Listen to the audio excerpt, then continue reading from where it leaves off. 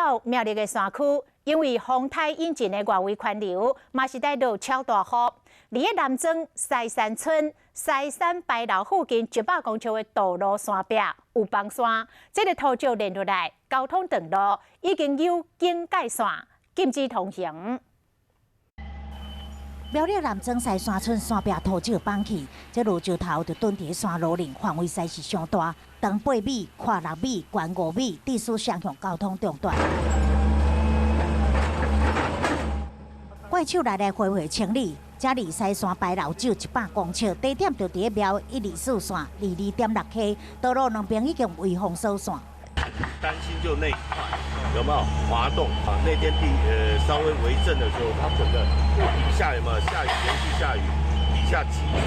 水很多啊，所以它整个滑下来。山壁崩塌是因为这几天风台过了后，引进外围环流带来雨雨，加上前几天地动土石松软，目前预计也阁需要半工左右，才会当将这土石清除完。民众会使提前伫3万国中改行苗124一线替代道路。